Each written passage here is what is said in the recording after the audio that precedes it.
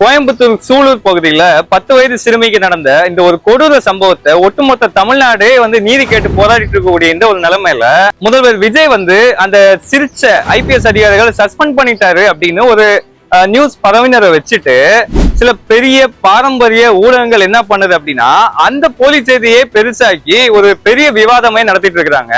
ஒரு வழக்கறிஞரா கேக்குறாங்க, பிஞ்சு குழந்தையோட உயிர் கொடூரமா போயிருக்குது.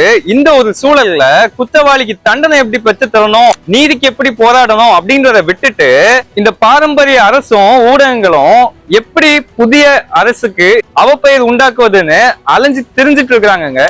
அவங்களோட ஆட்சி காலத்துல இந்த மாதிரி சட்டம் ஒழுங்கு சீர்கேடா இருக்கும்போது வாய் மூடி மௌனம் காத்தவங்க எல்லாம் இன்னைக்கு புதிய அரசு என்னதான் பண்ண போகுதுன்னு அப்படின்னு ஒரு பெரிய பூத கண்ணாடியை வச்சு அப்படியே உத்து பார்த்துட்டு இருக்கிறாங்க. அரசு அதிகாரிகளின் இந்த சிரிப்பை விட இந்த ஊடகங்களின் அரசியல் சிரிப்பு தான் ரொம்ப பயங்கரமா இருந்துட்டு இருக்குது. சரி, சஸ்பெண்ட் பண்ணல, அப்ப முதல்வர் விஜய் புதிய அரசாங்கம் என்னதான் பண்ணுதுன்னு பாத்தீங்கன்னா அவர் சும்மாவா இருக்கிறாரு? இல்ல 30 நாட்களுக்குள்ள சார்ஜ் ஷீட்டை ஃபைல் பண்ணணும்.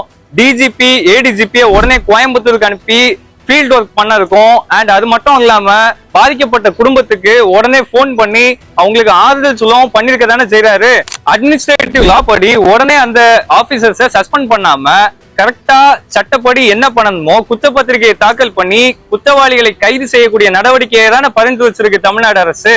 பழைய கட்சிகளை போல வழக்க இழுத்து அடிக்காம அதாவது உடனே என்ன பண்ணணுமோ மின்னல் வேகத்துல அதாவது நடவடிக்கை எடுக்கிறதுக்கும் எல்லாத்துக்கும் தான் டிவிகே அரசு முயற்சித்து வருகிறது. ஒரு பிஞ்சு குழந்தையின் மரணத்தில் கூட அரசியல் செய்வதை விட்டுட்டு டிவிகே அரசு இன்னைக்கு சிறப்பா தான் செயல்படுது அப்படின்னு எத்தனை பேர் சொல்றீங்க?